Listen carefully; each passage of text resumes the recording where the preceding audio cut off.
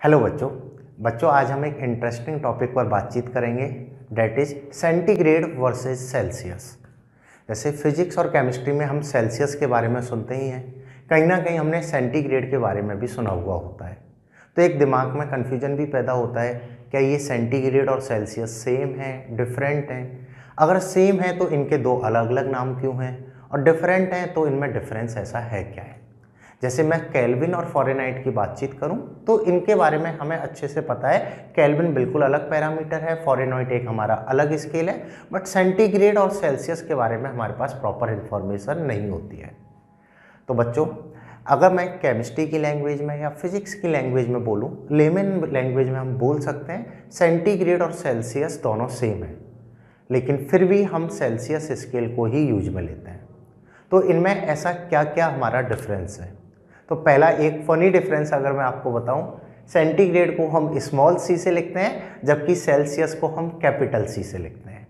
ये countable difference नहीं है, ये तो बस दोनों को अलग करने का एक मैंने तरीका बताया है। हालांकि सबसे पहले जो स्केल बनाया गया था डेट वाज सेंटीग्रेड स्केल।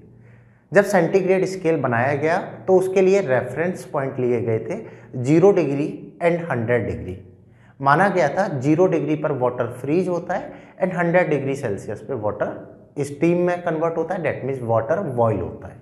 ठीक है, तो 0 डिग्री और 100 डिग्री को स्टैंडर्ड रेफरेंस पॉइंट लेकर टेम्परेचर को सेंटीग्रेड में मेजर किया जाने लगा।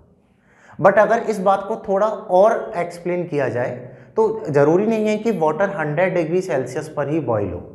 एक्चुअल में वाटर 100 डिग्री सेल्सियस पर सी लेवल पे बॉईल होता है। अगर आप हाइट पर जाओगे, जैसे मैं अर्थ सरफेस से सी लेवल से 300 मीटर की हाइट पे चला जाता हूँ तो वाटर 96 डिग्री सेल्सियस पर ही बॉईल हो जाएगा। या मैं ऐसे बोलूँ, मैं 1000 डिग्री सेल्सियस की हाइट पे चला जाऊँ तो और कम टेम्परेचर पर वाटर बॉईल हो जाएगा। बात आ रही है समझ में? डेट मीन्स वाटर का जो बॉइलिंग पॉइंट है वो प्रेशर के साथ वेरी करता है। तो 0 डिग्री सेल्सियस और 100 डिग्री सेल्सियस हर जगह फ्रीजिंग और बॉइलिंग पॉइंट के तौर पर लिए जाएं, ये एक्यूरेट मेजरमेंट के लिए सही नहीं होगा। लेकिन इसी के पैरेलल में सेल्सियस साइंटिस्ट ने सेल्सियस स्केल बनाया।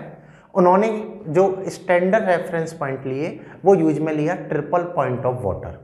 आपने पढ़ रखा है ट्रिपल पॉइंट ऑफ वाटर होता है 0.01 डिग्री सेल्सियस पर, और ये जो ट्रिपल पॉइंट ऑफ वाटर है ये टेम्परेचर प्रेशर इंडिपेंडेंट होता है। डेट मीन्स मैं अगर कहीं भी बातचीत करूं तो ट्रिपल पॉइंट ऑफ वाटर हमारा फिक्स रहेगा, और इस रेफरेंस को लेके अगर मैं टेम्परेचर को मेजर करूंगा तो मुझे एक्यूरेट रीडिंग मिलती है।